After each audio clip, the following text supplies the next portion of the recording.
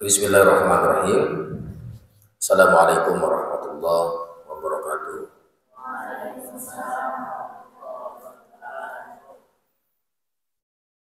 Alhamdulillahi rabbil alamin. Nahmaduhu wa nasta'inuhu wa nastaghfiruh wa na'udzu billahi min syururi anfusina wa min sayyiati a'malina. May yahdihillahu fala mudhillalah wa may yudlil fala hadiyalah. Asyhadu an la ilaha illallah wahdahu la syarikalah wa asyhadu anna sayyidana Muhammadan abduhu wa rasuluhu la nabiyya ba'dah, amma ba'du. Qala Allah ta'ala fi kitabihil karim wa huwa asdaqul qailin. A'udzu billahi minasyaitonir rajim.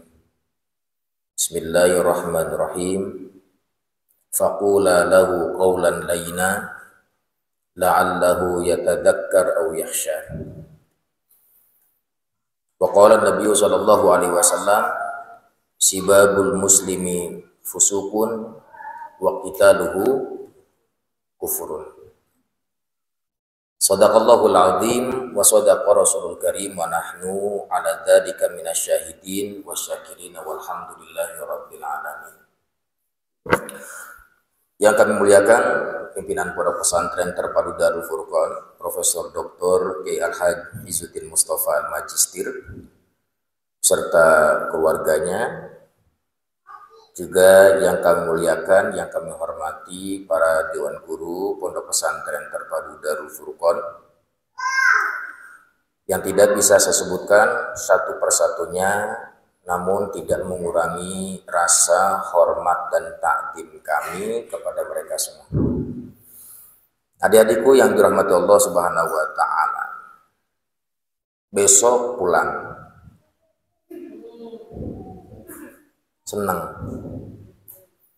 Senang nggak pulang nih? Enggak ya? Pengennya berlama-lama di pondok, sepertinya muka-mukanya memang betah di pondok, Ustaz. Sampai-sampai saking betahnya mereka di pondok, lihat wajah mereka. Ada DF. Cap di sini. Darul Furqan. Awas bukan Dajjal. Adik-adik yang dirahmati Allah Subhanahu wa taala, di sesi yang pertama tadi sudah disampaikan oleh Ustaz Irfan Al-Hakim. Maka kali ini insya Allah kita akan coba membahas apa sih yang disebut dengan tata krama atau sopan santun. Kita ini santri yang selalu dididik bukan hanya lahiriahnya, tapi santri dididik juga batiniyahnya. Lahiriah dididik secara akliyah, dididik secara ruhaniyahnya pun dididik. Maka hasil daripada didikan lahiriah dan hasil daripada didikan batiniyah akan memunculkan sebuah etika atau memunculkan sebuah tata krama kesopan santunan. Nah, pertanyaannya, apa yang disebut dengan tata krama? Apa yang disebut dengan sopan santun? Sopan santun itu, silakan kalau mau dicatat, adalah aturan berperilaku yang baik. Adalah aturan berperilaku yang baik dalam kehidupan sehari-hari.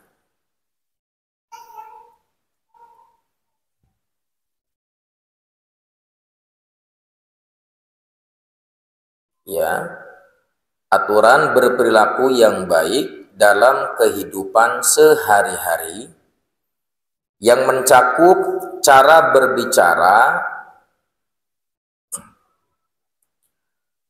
berpakaian, bertindak,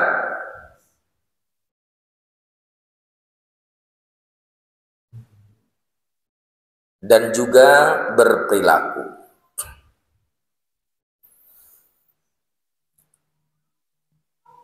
Artinya ketika seorang santri bertahun-tahun, berbulan-bulan, berhari-hari, 24 jam di pondok pesantren,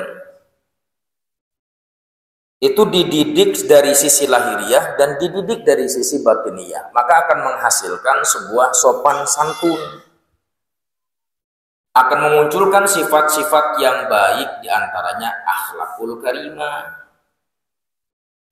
Maka muncul lagi ada yang disebut dengan etika dan etiket. Kalau etika itu sifatnya batin, kalau etiket itu sifatnya lahiriah, di mana semuanya dua-duanya baik. Etiket dari sisi lahiriahnya baik, etika dari sisi batiniahnya pun sama-sama baik. Jangan sampai pada akhirnya ini santri, ya adik-adikku semuanya, pakaiannya bagus, tapi ternyata batiniahnya tidak bagus. Pakaiannya menjaga etika agama, etiketnya secara lahiriahnya memang terlihat seperti orang yang agamis, tapi ternyata batiniahnya tak agamis.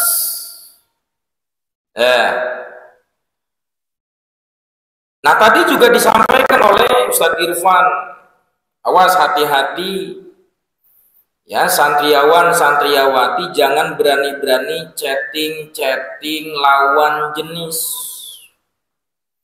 Jangan sampai kau punya label santri, tapi pada akhirnya kelabelan itu hanya sebatas label saja. Itu mah santri kayaknya soleh-soleha.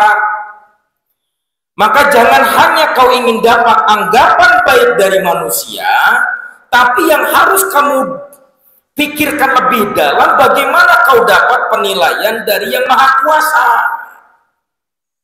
Jangan ingin mendapatkan kebahagiaan dan pujian daripada manusia, tapi bagaimana caranya kamu mendapatkan pujian dari Yang Maha Kuasa. Maka batiniah harus bagus, lahiriahnya pun harus bagus, balance antara lahiriah dengan batiniah.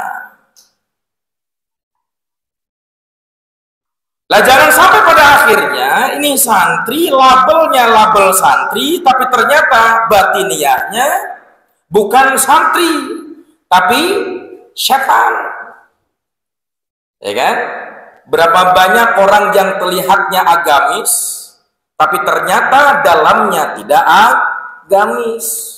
Berapa banyak orang yang beribadah, ia hanya ingin mendapatkan pujian dari manusia. Maka pertanyaannya, kita ini kan diciptakan oleh Allah itu kan dalam surah apa tuh? Surat An-Nas ya kalau nggak salah ya. Apa tuh? Wa ma khalaqtul jinna wal insa, surat An-Nas ya. Surat apa? Surat An-Naba. Kan Allah sampaikan dalam Al-Quran, wa ma khalaqtul jinna wal insa illa. Berarti poin daripada hidup kita itu ini mencari apa? Cari ridhonya Allah, ya kan? Bukan untuk mencari pujian manusia, dong. Iya. Saya itu dapat itu dari Samsudin namanya kalau nggak salah ya. Iya, Pak Samsudin itu bilang itu suratnya surat An-Nas katanya ya. Wa ma khalaqtul jinna wal insa itu surat An-Nas. Dasa kalian cek abimah surah Al-Fatihah. Artinya apa? Ketika Allah ciptakan wa ma khalaqtul jinna wal insa illa liya'budun. Ini kalau kita bahas dari sisi kebahasaan atau kesastraan. Wa ma, Allah itu ucapkan pertama dengan kalimat nafi, ma khalaqtu, ya kan? Wa ma khalaqtu, dan tidaklah aku ciptakan al jinna, jin dan manusia illa liya'budun, angin terkecuali. Kalau ada nafi setelahnya ada adat istisna, ini termasuk jumlahnya jumlah hasliyah. Artinya ada bahasa hanya. Ada bahasa apa? Hanya. Tidaklah aku ciptakan jin dan manusia terkecuali hanya untuk beribadah nih kepadaku. Siapa akunya? Allah, lain ka urang, awas. Ka Allah. Berarti apapun yang hari ini kita lakukan, kita sematkan niat dalam hati kita itu adalah lillahi. Nah, itu juga sesuai dengan apa statement yang seringkali kita ucapkan dalam sholat. Gitu? Ya, kita kan seringkali dalam sholat itu berstatement tinggi di hadapan Allah. Di hadapan Allah kita statement begini. Ya Rabb, inna sholati wa nusuki wa mahyaya wa mamati lillahi rabbil alamin. Lillahi ta'ala. Sesungguhnya sholat ingsun, sholat saya ya Rabb, wa nusuki dan ibadah ingsun, ibadah saya ya Rabb, wa mahyaya hidup saya, wa mamati dan matiku lillahi rabbil alamin, hanya untuk Allah semata. Ayo coba tanya pada diri kita, sudahkah kita seperti itu? Sudahkah ibadah kita lillahi ta'ala? Sudahkah sholat kita itu lillahi ta'ala? Sudahkah hidup kita betul-betul lillahi ta'ala? Sudahkah kemudian tujuan kita adalah lillahi ta'ala? Coba tanyakan pribadi kita. Naudzubillah summa naudzubillah, boleh jadi. Awas, ini salah satu hal yang bisa menghalangi Anda untuk mendapatkan banyak ilmu agama yang bermanfaat. Nih, awas. Kalau saja ketika kalian berangkat dari rumah untuk berangkat ke pesantren, kemudian dalam hati kalian ada tujuan, ya Allah, saya mau berangkat ke pesantren biar jadi ustadz. Awas. Ya Allah, saya mau berangkat ke pesantren biar jadi kiai. Awas. Ya Allah, saya mau berangkat ke pesantren itu biar jadi profesor. Awas. Niat-niat yang seperti itu, niatnya duniawi atau ukhrawi? Jawab. Maka niat-niat yang ukhrawi tidak boleh ketercampuran dengan bab-bab duniawi. Maka coba pertanyakan pada diri kita hari ini, kita ini sulit untuk memahami pelajaran, apakah ada tujuan-tujuan yang salah dalam diri kita. Itu salah satu yang sulit kita belajar itu karena banyak tujuan-tujuan dunia. Dulu saya masih ingat mamang saya bilang begini, Lis, tujuan sire ning pesantren iku arep apa? Dengan polosnya saya dan dengan kegoblokannya saya saat itu, saya ngomong, biar jadi kiai. Saya di situ hari itu dicarekan, Pak. Do you know carekan? Carekan teh bahasa Belanda agak ke timur. Ya, carekan. Dimarahi dengan niat kami yang saat itu salah. Lis, niat ning pesantren mah aja pengen dadi kiai, aja pengen dadi ustaz. Wes niataken bae berangkat ning pesantren mah lillahi ta'ala, ngilangaken kebodohane sira, ngilangaken kegoblokane sira Lis. Sebab sira dilahiraken karo Allah iku dengan keadaan orang-orang apa-apa. Ngerti kan? Ketika lahir ke dunia itu kita nggak tahu apa-apa, artinya hakikat kita ini bodoh. Maka datangnya dari rumah ke pesantren ini agar senantiasa kebodohan kita itu hilang. Awas ya, niat untuk akhirat itu jangan tercampur adukan dengan bab-bab duniawi. Sudah fokuskan apapun yang hari ini kau lakukan lillahi ta'ala.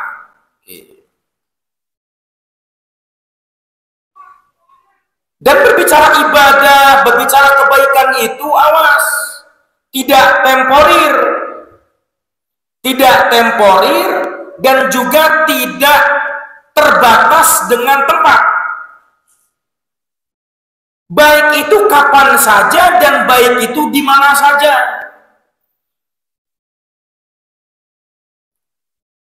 Kemarin kan ada mungkin beberapa di antara kalian yang mungkin pernah melihat saya meneteskan air mata, ya,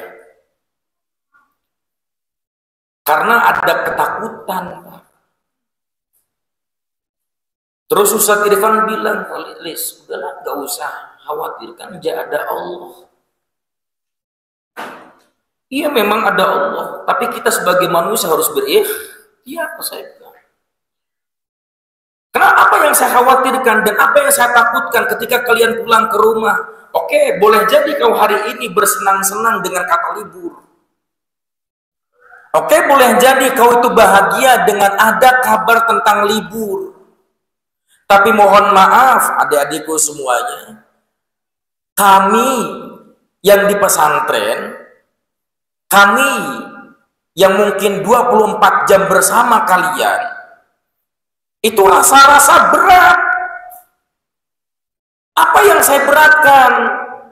Yang hari ini kalian 5 waktu berbondong-bondong masuk ke dalam masjid, sholat berjamaah, dan kebaikan-kebaikan itu terus kamu lakukan di pondok pesantren ini. Kamu tunduk patuh kepada seorang guru, bahkan kau tunduk dan patuh kepada Allah yang Maha Kuasa. Kau tumbuhkan rasa cintamu kepada baginda Rasulullah Shallallahu Alaihi Wasallam. Yang saya khawatirkan ketika kau pulang,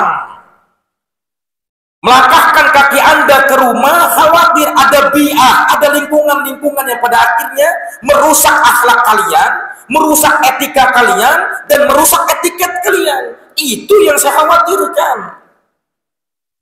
Kaliannya sih boleh bersenang-senang ria di luar sana, happy di luar sana, tapi coba mbok yo kamu pikirkan guru-guru kamu yang di sini.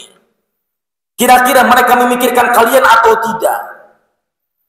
Makanya mohon maaf, tadinya kita mau liburkan itu dari tanggal 21 Desember itu sampai tanggal 30 Desember saja tadinya. Kemudian kata Ustaz Irfan, Lis, nggak kasihan apa ya? Iya sih, kasihan juga ya. Memang juga mereka juga pengen ketemu dengan orang tua. Tapi di sisi lain kita juga khawatir. Maka dulu kita pernah bahas di dalam tarbiyah ya, di dalam usul tarbiyah. Pendidikan itu harus ditopang dengan apa? Salah satunya lingkungan. Kalau saya mewajari Ustaz, ketika mereka hari ini baik itu saya wajar Ustaz. Mereka itu bisa ingat dengan Allah, kalian bisa ingat Allah di sini, saya wajari hal itu. Dan kalian itu rajin baca Al-Quran di tempat ini, saya wajari hal itu. Dan bagi kami bukan sesuatu yang luar biasa. Dan bagi kami bukan sesuatu yang istimewa. Tapi sesuatu yang istimewa adalah ketika kamu keluar dari pondok, pulang kau ke rumah, disanding orang tuamu, ibumu dan bapakmu di sana, tapi kamu tetap mengkaji Al-Quran, kamu tetap megang Al-Quran, kamu tetap berpegang teguh dengan agama, wa'tasimu bihablillah, kamu tetap betul-betul memegang kokoh agama Allah. Itulah keistimewaan bagi kami. Kalau hari ini kalian baik, berpeci, kerudungnya, Masya Allah, tuh, rapi, sesuai dengan syariat. Saya belum bisa memastikan apakah nanti ketika kalian pulang, kerudungmu masih seperti ini, jilbabmu masih seperti ini, apakah tidak? Saya nggak tahu. Apakah nanti kemudian ketika pulang ke rumah, ada style-style yang pada akhirnya tren, kerudungnya diikat-ikat, mana yang diikat-ikat itu? Tuh, puter, gantung Pak. Udah. Coba, yang sudah belajar nisaiyah, Ustadz itu kan belum belajar nisaiyah karena tidak ada pelajaran rijaliyah. Nah ini yang banat-banat ini, yang banat ini kan sudah pernah belajar nisaiyah ya. Bahkan tahun kemarin ada yang pernah nanya jilbab yang menurut syariat itu yang seperti apa dalam ayat Al-Quran. Kemudian kami bahas bahwa jilbab yang disyariatkan oleh Al-Quran oleh Allah Azza wa Jalla diantaranya pertama menutup dada, ya, menutup dada. Kemudian panjangnya itu menjulur di bawah pundak. Itu jilbab yang dianjurkan oleh syariat Allah. Coba kamu jawab oleh badan masing-masing aja lah. Kira-kira kalau yang kerudungnya diputar-putar, kira-kira itu masyru' amlah, disyariatkan atau tidak? Oke. Ingat ya, itu tidak disyariatkan. Dan perlu dia perhatikan, pintarmu bukan karena hafalanmu, cerdasmu bukan karena hafalanmu. Pintar dan kecerdasanmu itu ditinjau dari pengamalanmu. Paham? Dari mana tahunya? Dari hadis Nabi. Kata baginda Nabi ngomong begini, ati robaka tu sama akilan. Taatlah engkau kepada Allah tu sama akilan, maka kau dianggap orang yang cerdas. Berarti ukuran atau keterlihatannya seorang itu dianggap sebagai orang yang cerdas atau tidak, itu tidak dilihat dari berapa banyaknya hafal mahfudhatmu. Tidak ditinjau dari berapa hadis yang kau hafal. Tidak ditinjau dari ayat Al-Quran, berapa ayat Al-Quran yang kau hafal. Apakah kau paham tajwid atau tidak. Tapi kecerdasan seseorang itu ditinjau apakah amalanmu itu sesuai dengan ayat Allah atau tidak. Lah sekarang kegunaanmu belajar mahfudhat itu li'aisyai'in. Oh Ustaz, hafidnal mahfudhat limuwajahatil imtihan faqat ya Ustaz fi semester awal. Lantas ba'dal imtihan antum taqahun. Apakah kemudian setelah pada akhirnya ujian itu selesai kalian lupakan itu pelajaran? Tidak jawabannya. Maka tetap bahasa pintar dan cerdas bukan banyaknya kau hafal. Hafalan itu menunjang untuk senantiasa kamu ingat, oh ini tidak boleh, ini yang boleh, ini yang tidak boleh. Makanya al ilmu itu junnatun, ilmu itu tameng. Semakin orang berilmu, semakin dia itu punya tameng yang kuat. Apa tameng itu?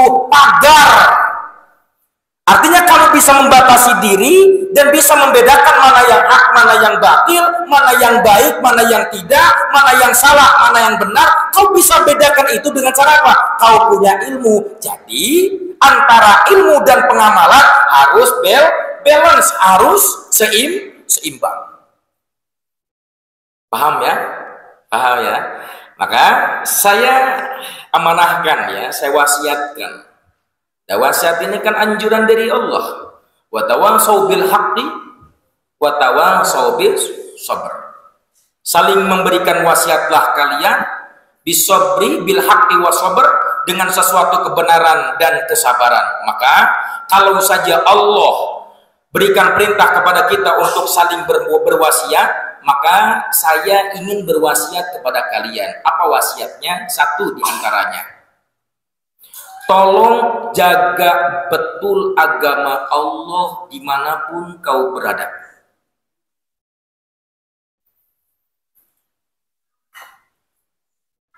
Sebagaimana hadis baginda Nabi yang mengatakan bagaimana? Ittaqillaha haitsuma kunta wa atbi'is sayyi'atal hasanata tamhuha. Ittaqillah, bertakwalah kalian Allah kepada Allah, haitsuma kunta, dimanapun engkau berada.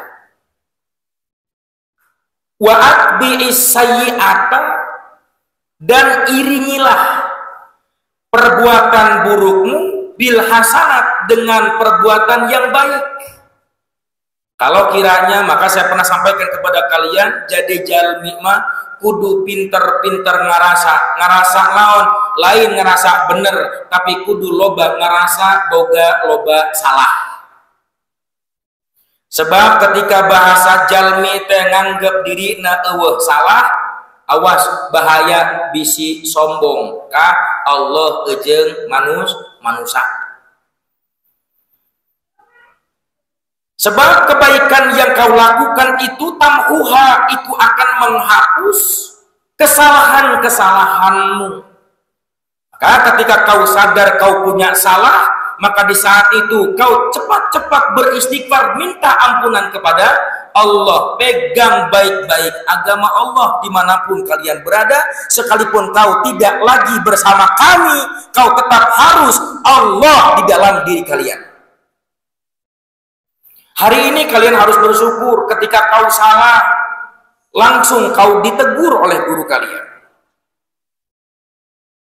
Tapi coba bayangkan ketika orang tuamu tak ada, ibumu tak ada, bapakmu tak ada, guru-gurumu pun sudah wafat.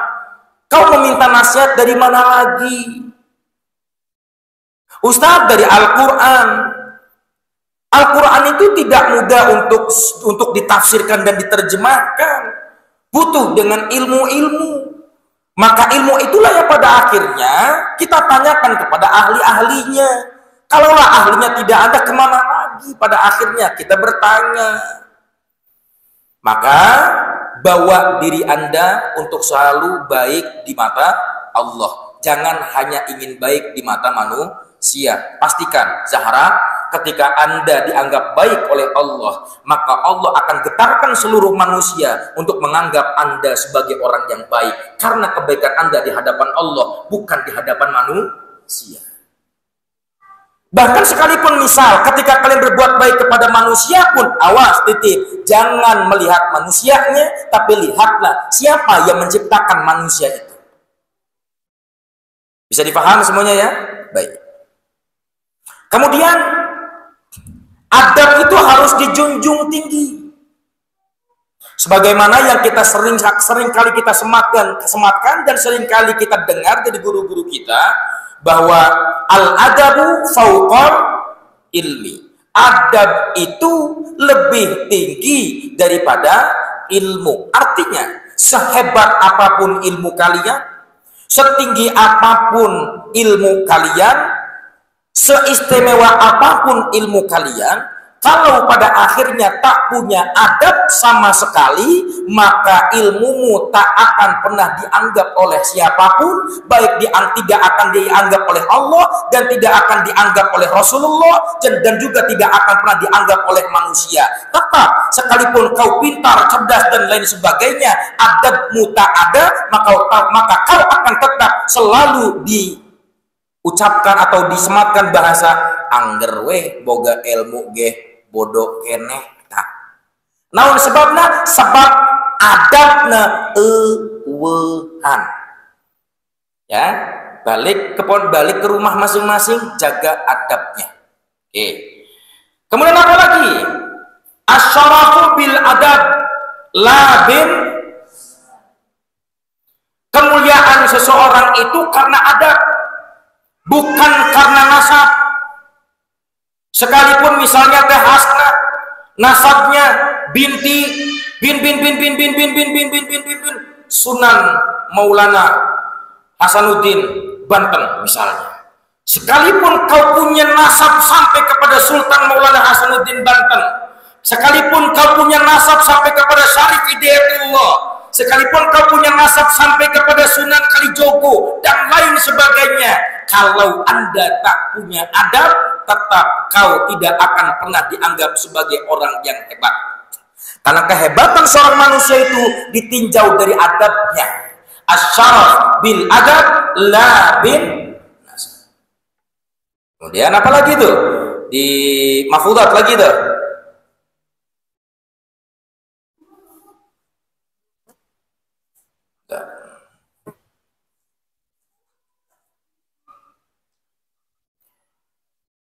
Idan tamamun tamin ila ahadin fa'ana muntamin ila adabi. Seketika banyak orang ya yang membawa-bawa kebesarannya dengan membawa keluarganya.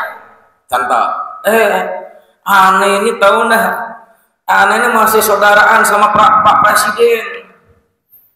Lah, terus ketika Anda punya hubungan dengan Pak Presiden itu urusannya apa? Terus agar dianggap hebat gitu, dan kebanyakan orang seperti itu pengen dianggap hebat, bawa-bawa nama orang. Mamang saya mah ini pejabat di mana? Di sana di Tangerang. Terus beliau itu wali kota. Oh.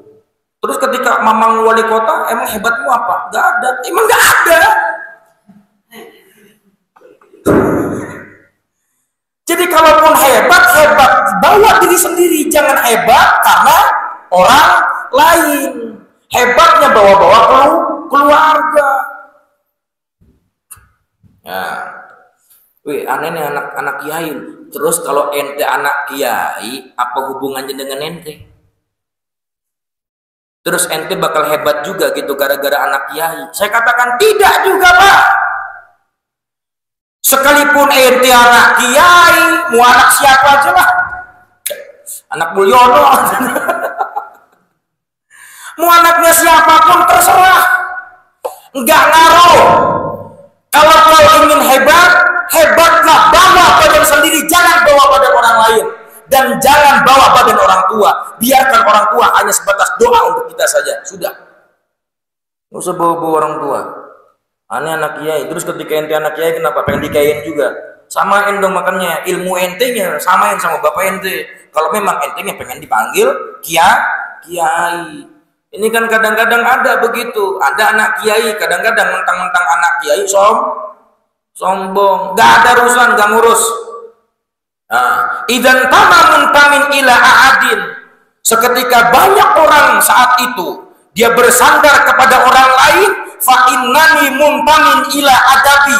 Sesungguhnya saya akan bersandar pada adab saya, bukan karena orang lain, bukan karena orang tua saya, bukan karena keluarga saya, bukan karena mamang saya, bukan karena uang saya, tapi saya ada karena adab saya. Paham? Kan dalam filosof barat itu ada bahasa begini. Seorang filosof barat, ketika aku berpikir maka aku ada. Ketika aku berpikir maka aku ada. Berarti kebalikannya, ketika aku tak berpikir maka aku tidak. Wujuduhu ka'adam, adanya adil seperti tidak ada. Allah sebabna tuh mikir. Maka kan jadi manusia itu harus banyak berpikir. Dari pikiran yang kemudian jernih memunculkan adab yang baik. Dari adab yang baik memunculkan akhlak yang baik pada akhirnya. Nah, adabnya kita karena adanya kita berpikir. Dari pola pikir kita yang baik munculkan adab yang baik. Dari adab yang baik jadikan munculkan akhlak yang baik. Jadi gak usah bawa-bawa bapak ente siapa, terserah bapak ente siapa kayak terserah. Ketika misalnya ada anak bupati Sumedang mondok di pesantren Darul Furqon, ya udah, bapakmu ya misalnya bupati ya bupati aja di Sumedang. Ketika masuk ke Darul Furqon ya bapakmu wali santri, ngerti? Gak usah lah bawa-bawa. Terus apalagi pakai hadroh misalnya, karena ada Pak Bupati datang untuk melongok anaknya ke Darul Furqon, pakai hadroh, Tola al Badr, itu salah Pak. Saya kritik di bahasa ini, Pak. Kenapa ketika ada orang-orang itu kok pakai tolak al-badru? Perhatikan al-badru itu siapa? Tolak al-badru alaina min saniyatil wada. Al-badrunya ke siapa? Baginda Rasul. Lah yang datangnya bupati kenapa pakai tolak al-badru?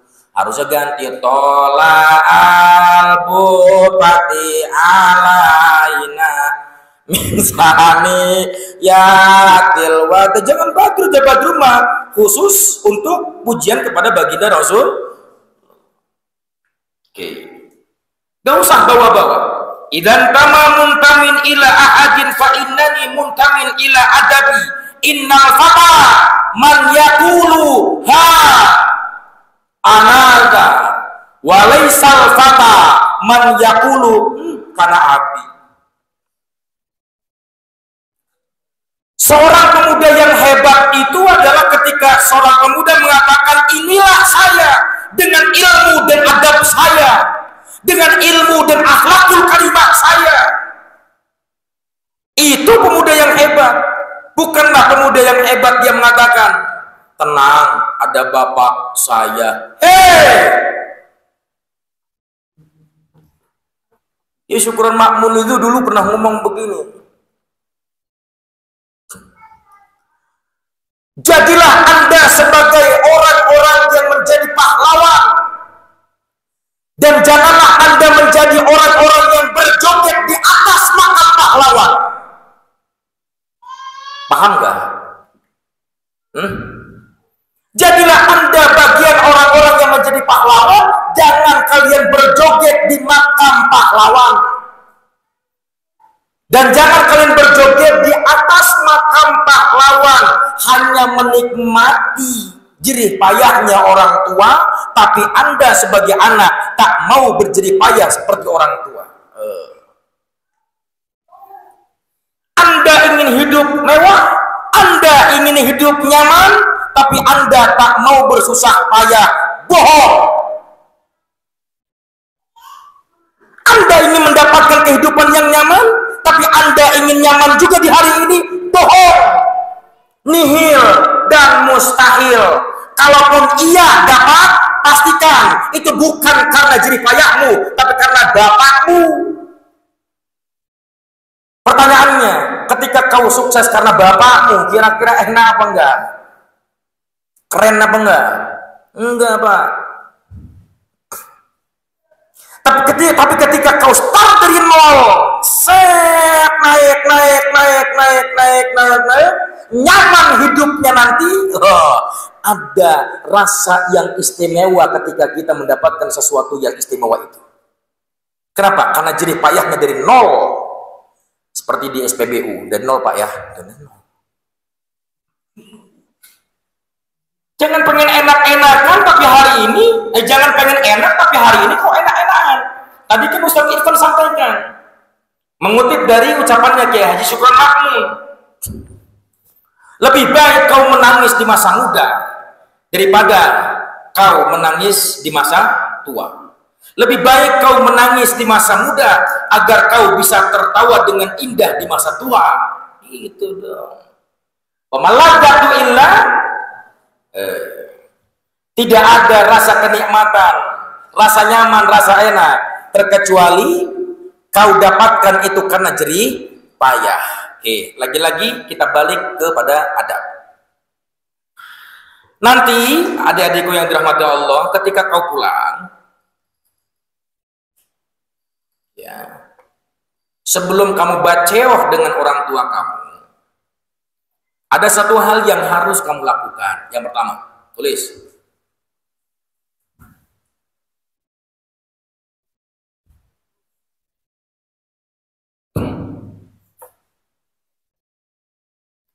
Bersalaman kepada kedua orang tua, cium tangannya, bolak-balik. Ustadz, malu, gengsi, loh, orang tuamu kenapa harus malu? Ya, cium tangannya bolak-balik, dihirup ya. Awas, saya tidak mau ada lagi santri yang salaman ke kedua orang tuanya, ke ibu bapaknya, kemudian salamannya pakai pipi. Kok kayak orang jijik banget sih sama orang tua? Masalahnya tangan ibu saya bau terasi. Bau terasi atau wangi tak sedapnya dari orang tua itu karena jerih payah mereka untukmu. Ya, awas, saya tidak mau lagi ada santri yang cium tangan ke orang tua itu di pipi begitu. Apalagi di jidat. Itu seperti orang yang apa ya? Pusing, Pak. Sudahlah. Sudah di pondok kau pusing, di rumah kau pusing juga. Lantas di mana nikmat Anda dalam hidup? Di pondok pusing rungsing, di rumah rungsing pusing. Kalau di rumah dan di pondok masih pusing dan rungsing, sudah. Tuba alaikum antamut. Lebih baik itu kau mati saja. Kalau di sana dan di sini kau tidak mendapatkan kenyamanan, mati lebih cocok buat Anda. Makanya kalau ada apapun dalam dunia ini, senyumin aja, nikmati saja, hahaha saja sudah. Itu yang penting bisa ngopi, Pak, ya itu. Titip dari saya, hidup mah yang penting bisa ngopi. Habis ngopi ibadah, apalagi ngopi sambil ibadah. Waduh, lebih nikmatnya. Udah nggak tahan kayaknya, kapan libur ya? Udah bisa batang. Oke, itu yang pertama. Yang kedua, setelah bersalaman, tanya kabar. Ayah, bunda, ma, papi, kabarmu bagaimana? Jangan kabarmu ya, kabar bapak gimana kabarmu? Ayah kabarnya gimana? Ya ada yang jawab, Ustadz, saya emang udah nggak punya ayah, udah nggak usah ngomong. Kalau kiranya sudah tiada orang tua kalian, sedih nggak perlu ya, nggak perlu sedih. Kalau memang tiadanya itu karena wafat, ziarahi kuburannya, ya, nggak usah disedihi, ziarahi. Nangis tidak bisa menyelesaikan masalah, adil, ya. Terus kalau misalnya Ustadz, kalau ayah saya masalahnya bukan wafat, punten ya, broken home kami ini Ustadz, oke. Awas, jangan sampai pada akhirnya kalau memang kiranya ayahmu itu masih bisa kau kunjungi dan rumahnya itu dekat banget, datengin ya mak, datengin ya bapak ibu yang dirahmati Allah, datengin ya. Ustaz gimana kalau di Papua? Waduh, ini urusannya beda lagi nih Pak. Ya, mana dia? Ya dia ya. Iya. Ya kalau misalnya jauh di Papua di sana, ya udah telepon aja. Masalahnya Ustadz gak punya kuota, jangan minta ke saya. Ya, kalau sempat untuk kunjung ke orang tua kamu, datangi orang tua. Misalnya kan di antara kalian ada yang hidupnya bareng sama ibunya, kemudian bapaknya di jauh sana. Ya kalau kiranya kalian mau berkunjung ke ayahmu, ya silakan kunjungi saja. Titip dari kami, adik-adikku, jangan pernah beda-bedakan antara mama dengan bapak, gitu ya. Karena takutnya kalian itu beda-bedain. Ini mamah kandung, ini mamah tiri. Ini bapak kandung, ini bapak tiri. Mau bapak kandung, mau bapak tiri, mau mamah kandung, mau mamah tiri. Mau tetap itu orang tua kamu. Kiranya kamu bisa kunjungi, ya kunjungi. Apalagi orang tua kan kandung, paham? Sekalipun misal ada bahasa, orang tua kamu tuh gak pernah ngurusin yang di sana kamu, nggak usah didengerin. Yang ada kamu itu nanti tambah gedek sama orang tua kamu sendiri. Jangan ya, iyahin aja, tapi jangan diturutin. Kiranya itu baik ya kamu turut, kalau tidak baik jangan kamu turut. Kiranya kamu bisa kunjungi. Paham sampai sini? Gak boleh beda-bedain. Awas. Saya paling gak senang ini ada orang yang beda-bedain tiri sama kandung. Terus apalagi sampai membeda-bedakan karena hidupnya di bapaknya, misalnya didoktrin anaknya untuk benci kepada ibunya, atau sebaliknya hidup dengan ibunya didoktrin anaknya untuk benci kepada bapaknya. Ini gak baik. Ya, yang penting kamu sebagai anak itu tidak perlu bertanya kenapa orang tua kami bercerai. Tidak perlu kamu tanya. Kamu itu adalah anak. Yang namanya anak sudah tetap anak. Gak perlu kamu bertanya-tanya sebabnya apa. Gak usah ngegosip bab itu. Itu orang tua kamu. Faham sampai sini? Oke. Tanya kabar orang tua. Mama sehat, ayah sehat. Dan gak perlu kamu tanya, mama dompetnya aman. Gak perlu kamu tanya-tanya tentang dompet orang tua kamu aman atau tidak. Sudah, yang terpenting kau tanyakan saja sehat atau tidaknya orang tua kamu. Paham sampai sini? Oke. Yang ketiga, selama kalian di rumah tolong jaga ucapan.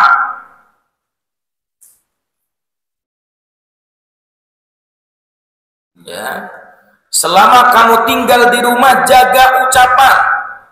Dan ucapkanlah kepada keluarga kalian, orang tua kalian, kakek kalian, nenek kalian, menggunakan bahasa-bahasa yang baik, bahasa-bahasa yang indah. Coba kita perhatikan di dalam surah Toha ayat 44. Ini ada perintah dari Allah untuk Nabi Musa dan Nabi Harun. Faqula lahu qawlan layyina la'allahu yatadakkaru aw yakhsha. Nabi Musa dan Nabi Harun saat itu diperintahkan oleh Allah untuk datang kepada Fir'aun laknatullah alaih. Nah, kemudian Allah berpesan kepada Nabi Musa dan Harun untuk apa? Qula lahu qawlan layyina. Ucapkanlah kepada Fir'aun dengan ucapan-ucapan yang lembut. Loh, ke Fir'aun saja Allah perintahkan kita untuk mengucapkan dengan kata-kata yang indah, kata-kata yang bagus, kata-kata yang baik, kata-kata yang tidak menyakiti Fir'aun. Nah, apalagi kita di hadapan orang tua kita, di hadapan kakek kita, nenek kita, keluarga kita. Kan nenek kita, kakek kita bukan Fir'aun, Pak. Nah, itu Nabi Musa dan Nabi Harun saja diperintahkan oleh Allah untuk berucap kepada Fir'aun laknatullah yang dilaknat oleh Allah dan dipastikan masuk ke neraka saja, itu disuruh mengucapkan dengan kata-kata yang baik. Apalagi ini ke orang tua kalian, jangan berkata-kata kasar. Faham, Vina? Awas ya, nggak boleh ambek-ambekan lagi sama mama. Ya, Aisyah ya. Aisyah nggak boleh lagi ambek-ambekan sama mama, sama ayah, sama umi, sama ayah.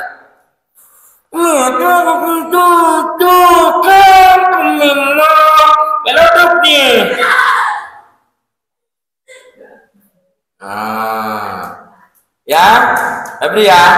Nggak boleh lagi itu. Nanti kalau pulang ke rumah nggak boleh ambek-ambekan sama bapak, nggak boleh ambek-ambekan lagi sama mama gara-gara minta jajan nggak dikasih. Mak, kita nyong mak, mau jajan, ini apa? Sapu namin.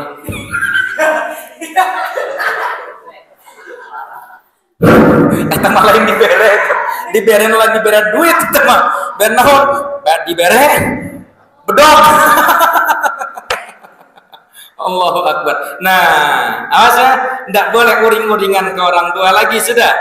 Yang hari ini suka uring-uringan, yang dulunya pernah uring-uringan ke orang tua, marah-marah ke orang tua, balik ke pondok, tampakkan diri Anda sebagai santri.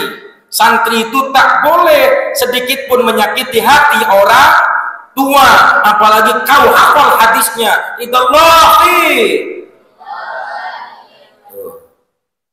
Hafal kan? Wasallallahu fi. Tuh, hafal kan? Artinya apa? Ridho Allah berada di ridhonya orang tua, murka Allah ada di murka orang tua. Artinya ketika orang tua ridho, maka Allah ridho. Artinya ketika orang tua murka, maka Allah pun murka. Awas, hati-hati, jangan sampai nyakiti hati orang tua. Termasuk bukan hanya ucapan yang bisa nyakitin hati orang tua. Apa? HS. You know HS? HS is known.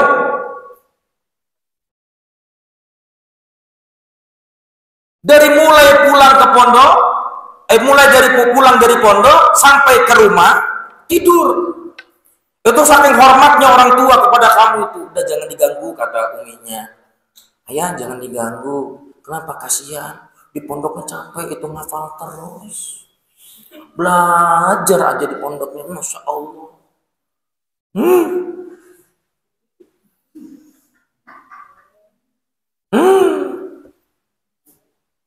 Ayah jangan ganggu, biarin aja.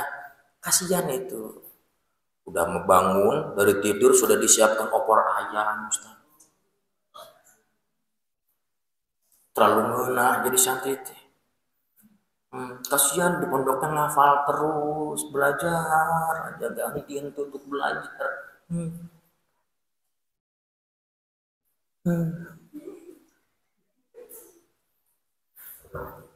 Gitu. Awas, HS pun bisa jadi, itu bisa apa? Bisa menyakiti hati orang tua. Kebanyakan tidur kau di rumah itu bisa nyakitin hati orang tua. Karena mungkin boleh jadi keinginan orang tua mau memondokkan kalian di tempat ini, ketika nanti kau pulang ke rumah, kau bisa mengabdi kepada orang tua, berkhidmat kepada orang tua. Pulang ke rumah, bantuin nyuci piring ya, nyuci baju ya, nyapu dan sebagainya. Tadi disampaikan sama Ustaz Irfan, jangan merasa asing di rumah sendiri ya. Jangan pernah merasa asing di rumah sendiri. Ya sok rumah-rumah mana atuh. Sok atuh diberesan rumah. Nanya, jangan malu. Oke. Selanjutnya, banyak-banyak membantu orang tua. Ya, perbanyak bantu orang tua.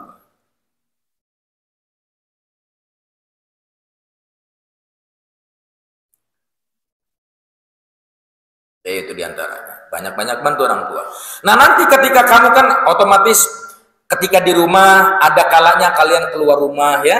Ada kalanya kalian keluar, entah itu main dan sebagainya. Etika berjalan, awas, perlu diperhatikan. Berjalan itu jangan lirik kanan, lirik kiri kalau tidak dibutuhkan. Kalau kamu lagi jalan lurus, sudah fokus lurus ke depan, jangan seperti orang yang sedang mencari buah yang sudah matang. Tidak perlu ya. Sudah, kalau jalan lurus ke depan. Jangan kanan, jangan kiri. Kalau memang kamu mau lihat kanan, lihat kiri, ya cukup ketika kau nyebrang saja.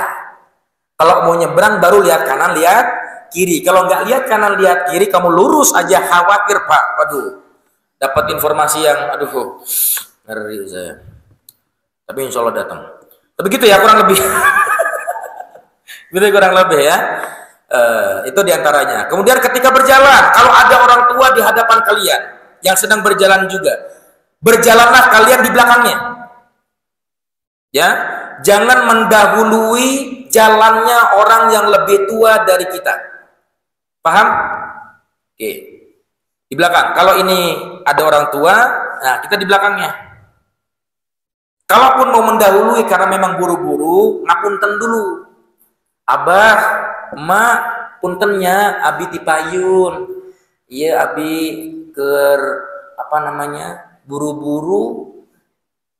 Beda aya acara. Oh mohon. Nah, kalau mau mendahuluinya, maka izin terlebih dahulu atau pamit terlebih dahulu kepada orang yang lebih tua ketika kita berjalan.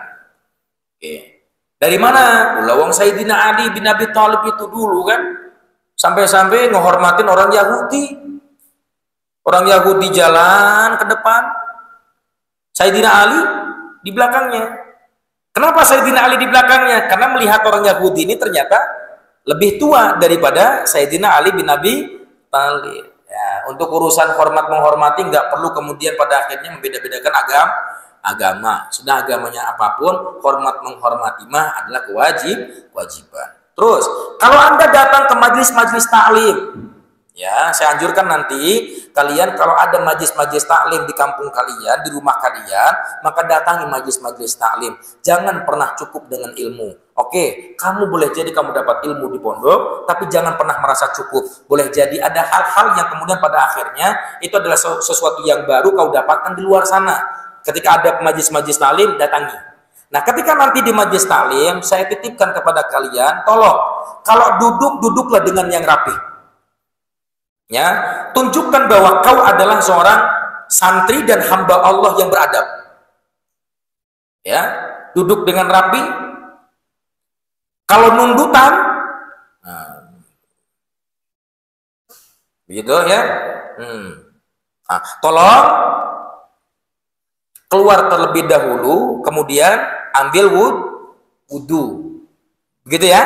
Kalau ke majlis taklim. Kemudian apa lagi? Jangan membuat keributan di dalam majlis taklim.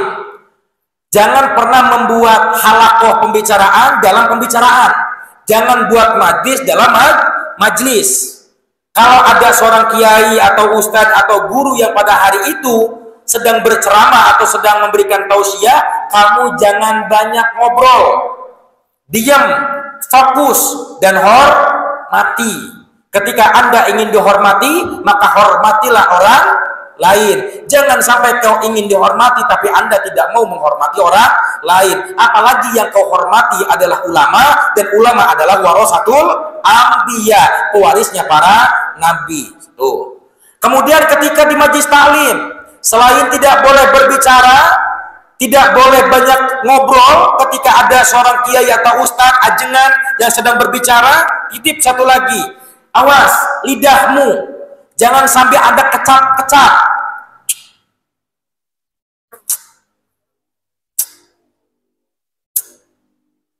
Nah, ini sedikit tahadus bini'amah.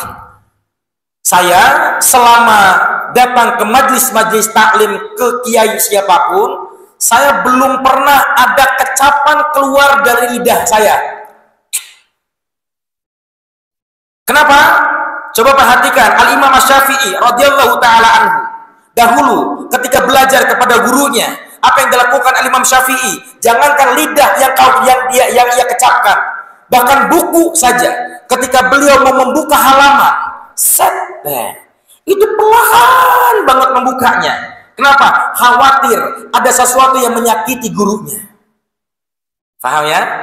Awas, ketika di majlis taklim jangan pernah ada kecak-kecakan dari lidahmu.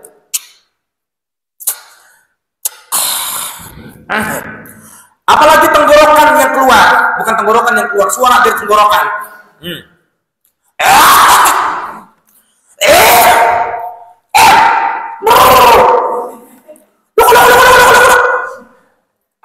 Ketika di majlis taklim titip tidak boleh ada bahasa-bahasa dan suara-suara seperti itu. Kalau kiranya gatal, keluar terlebih dahulu.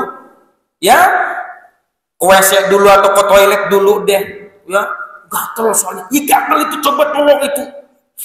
Hargai orang yang di depan sedang berbicara. Ingat ya, ingat. Saya dulu pernah dinasihati oleh Ustadz Abed. Beliau lulusan dari Lirboyo. Beliau ngomong begini, apapun yang kau lakukan baik, maka kebaikan itu akan datang kepadamu. Itu kata Ustadz Abed. Dan ternyata betul adanya, Pak. Dan itu betul. Misal, seketika kalian tidak mau menghormati orang yang ada di depan, pastikan ketika kau itu berbicara di depan orang, kau tidak akan pernah dihormati. Ingat omongan saya. Ketika Anda tidak menghormati pembicaraan orang yang sedang berbicara di depan kalian, maka pastikan ketika Anda berbicara di hadapan banyak orang, kau tidak akan pernah dihormati karena Anda tidak pernah menghormati orang lain. Ingat ya, hormati orang yang sedang berbicara, apalagi kiai di kampung kalian. Oke, itu ya. Juga jangan pernah lupakan guru ngaji.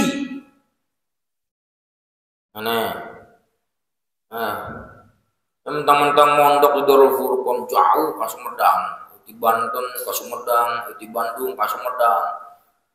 Akhirnya merasa pintar dari gurunya. Awas, kau tahu abata dari mana?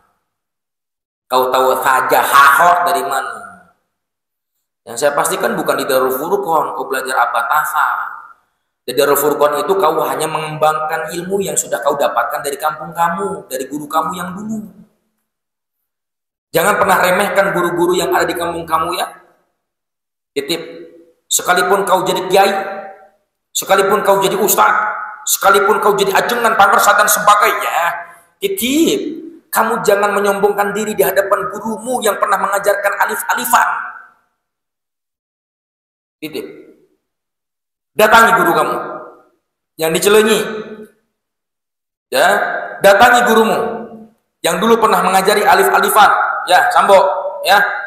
Datengin guru-guru kamu tuh. Adil, datengin guru-guru ngajinya. Siapa aja? Aduh, jauh di mana di Tasik, waduh itu urusannya repot lagi aja. Ya kalau kiranya punya ongkos ke Tasik, ya ke Tasik gitu ya. Kalau punya ongkos untuk datangi guru kamu, ya datangi orang guru-guru kamu itu. Ya titip, ketika kamu datang ke rumahmu juga jangan pernah lupakan guru-guru kamu yang ada di rumah ya. Ya kunjungi, ya minta doanya, ya minta doa dari guru-guru di sana. Nah ini perilaku saya dulu. Saya itu suka begitu Pak, pulang dari pesantren ke kampung. Nah di kampung itu ngapain? Saya datengin guru-guru saya minta apa? Minta doa. Kang, nganda doa nih, mudah-mudahan oleh si tidalanikum diberkahi karena Allah. Sebab oleh kenuru perlu boyang kuning harapan oleh siku anak rintangan-rintangan segala macam. Oleh ngende didoakan karena guru, karena abah, karena kakak. Mudah-mudahan jalan oleh pun lancar. Oh diaminin sama kiai Pak. Amin ya Allah, amin amin. Boh.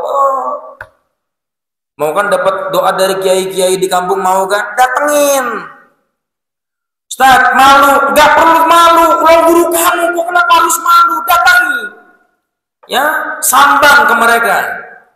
Ya, Aul juga dulu pernah pesantren di sana di Serang. Kalau kiranya ada kesempatan untuk hadir datang ke kiai yang di Serang, datangi, minta doa. Ya, jangan kemudian aduh malu udah pindah, udah nggak bilang-bilang lagi pindahnya. Misalnya. Ya, Latifah ya. Iya, udah mau pindahnya nggak bilang. Sekalipun nggak bilang, nah ini kesempatan buat Anda, buat Latifah, buat Aul ya, buat ente juga sama ya yang dulu pernah mondok di sana kemudian pindahnya nggak bilang-bilang, kesempatan Anda untuk bilang ke kiai, bilang ke Abah Haji, bilang ke Umi dan sebagainya, minta doa ya. Dan insya Allah itu guru, kalau ada guru kamu begini ngomongnya, masih ya pindah-pindah segala macam, ayo mah teredor sih pindah-pindah. Wah ini guru yang bagi saya sih namanya bukan guru. Dulu kami itu pernah ngaji, ketika ada kiai kami, guru kami itu bilang begini dalam satu pembahasan, aduh abah mah boten ngartos niki napung ya, tapi lamun sedulur-sedulur sedanten ayun paham bab ikimah ya engko tekebai ya ning kiai anu tuh namanya guru. Ngerti ya? Aduh abah mah nggak ngerti bahasan ini. Tapi kalau nanti jamaah sekalian, santri-santri mau paham tentang bab ini, nanti kamu datang aja ya sama kiai anu. Saya emang nggak paham. Tuh baru namanya guru sejati. Guru sejati mah tidak pernah melarang-larang anak muridnya untuk belajar kemanapun. Selama guru-guru yang lainnya itu satu madhab, satu manhaj, akidahnya sama. Ya, bukan sih. Bukan wah. Ya itu ya. Selama masih sama enggak apa-apa. Ya, sama, ada polis pun begitu. Kalian nanti ketika pulang ke rumah ya, subge ares ninggan anak pesantren, lamun anak pengajian, tekakan meraneka. Ya, tekani ngaji mana meraneka. Enggak dilarang insya Allah. Kalau saya ngelarang-larang kalian untuk ngaji, saya yang salah. Orang mau berkembang kok disalah-salahin. Orang mau belajar kok disalah-salahin. Ya, silakan datangi guru-guru kamu di kampung-kampung ya. Datangi guru yang pernah ngajarin Zahra. Masih ada Zahra. Masih hidup masih. Datangin ya. Datangin ya. Benar. Ya, dah. Oke, itu saja mungkin ya. Tolong titip adabmu dijaga di rumah ya. Di rumah dimanapun tetap dijaga adab-adabnya, sopan santunnya tetap dijaga. Satu hal yang terakhir, tolong sampaikan salam ya dari keluarga pondok untuk orang tua kalian, keluarga kalian, dan juga guru-guru kalian yang ada di sana. Minta doanya, minta restunya, minta doa dari orang tua kalian, minta restu dari guru-guru kalian. Mudah-mudahan satu di antaranya kalian itu paham untuk berbagai macam ilmu, dan mudah-mudahan guru-gurunya pun minta doa dari guru-guru kalian di sana. Minta doa untuk kami yang di sini, Kiai, Ajengan, minta doa buat guru-guru kami yang di Darul Furqon. Mudah-mudahan mereka diberikan keistiqomahan dalam menjalankan ibadah kepada Allah dan memperjuangkan agama Allah Subhanahu wa taala, dan minta doa mudah-mudahan pada sehat guru-guru di sininya. Ya, sampaikan salam kepada orang tua dan guru-guru kamu di sana. Salam ta'zim terkhusus dari Ahmad Kholis ini untuk guru-guru kalian yang di sana.